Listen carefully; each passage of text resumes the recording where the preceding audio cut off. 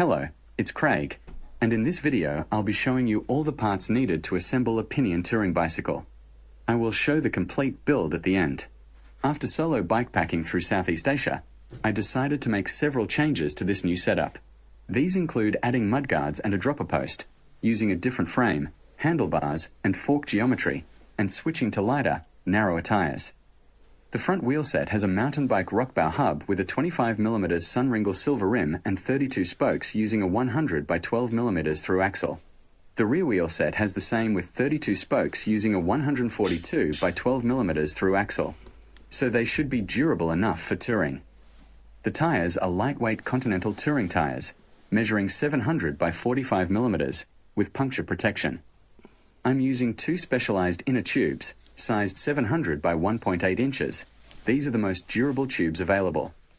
The Clark's brake rotors are 6-bolt, with a 203mm rotor on the front and a 180mm rotor on the rear.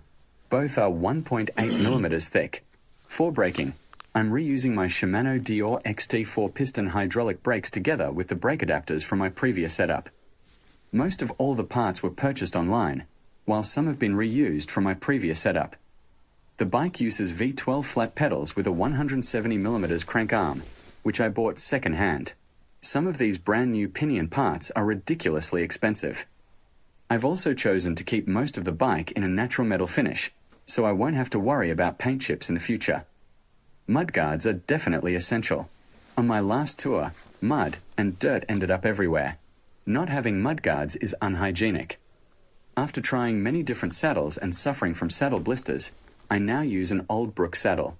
I am still trying to find the perfect saddle. These are the handles for the custom handlebars and bottle cages for frame. For luggage, I'm using standard rear racks for clip-on panniers. I previously used an aero rear rack.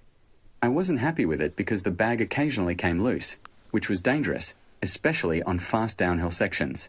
Clip-on panniers are much safer and more convenient. For lighting, I'm using rechargeable front and rear battery-powered lights, plus the stem mount.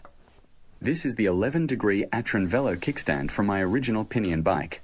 It's proven to be a reliable, high-quality kickstand. The drivetrain features a Pinion P 1.9 gearbox with the shifter and cable. This is one of the trickiest parts to install.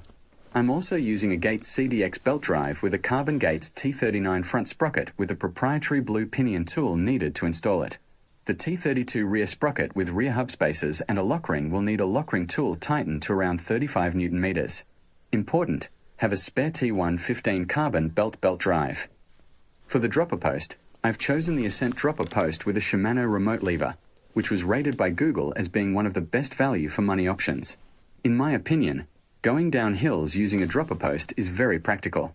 It is safer, your center of gravity is lower and you're more streamlined. Changing your seat position every so often is also beneficial. The headset is the only component I've already started to install. To fit it, all I did was gently tap the upper and lower headset cups evenly into the head tube using a hammer. Once the headset has been completely fitted, I'll fit the star nut on top of the fork using the setting tool also with a hammer, then I can fit the stem and spacers on the fork. Finally, these are the tools I'll be using to assemble and complete this Pinion touring bicycle. These are some other things needed like cable ties, washers, grease, and Loctite glue. It's better to build your own bicycle.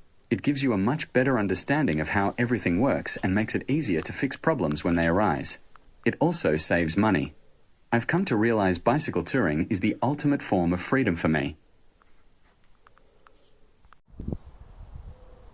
Here is the complete Pinion touring bike. It weighs 15.5 kilograms including rear rack. This is my dream titanium setup. All I have to get is the rear panniers, a frame bag and most importantly, loads of handlebar storage.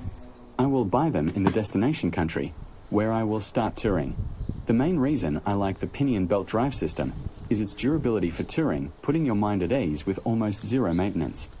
I started by fitting the headset with grease, then the star nut in the top of fork with spacers, stem and handlebars. Pinion gearbox with front sprocket, crank arms, cable and shifter, dropper post with cable and lever. Then put the 6-bolt disc rotor on both wheel sets. The rear sprocket and hub spacers on the back wheel set. Front and back D.I.Y XT brakes with adapters. front and back puncture guard Continental tyres with tubes on the wheel sets, then fitted wheels on frame. Lastly, the mudguard and rear rack. I enjoyed putting this bike together. Thanks for viewing my bike build.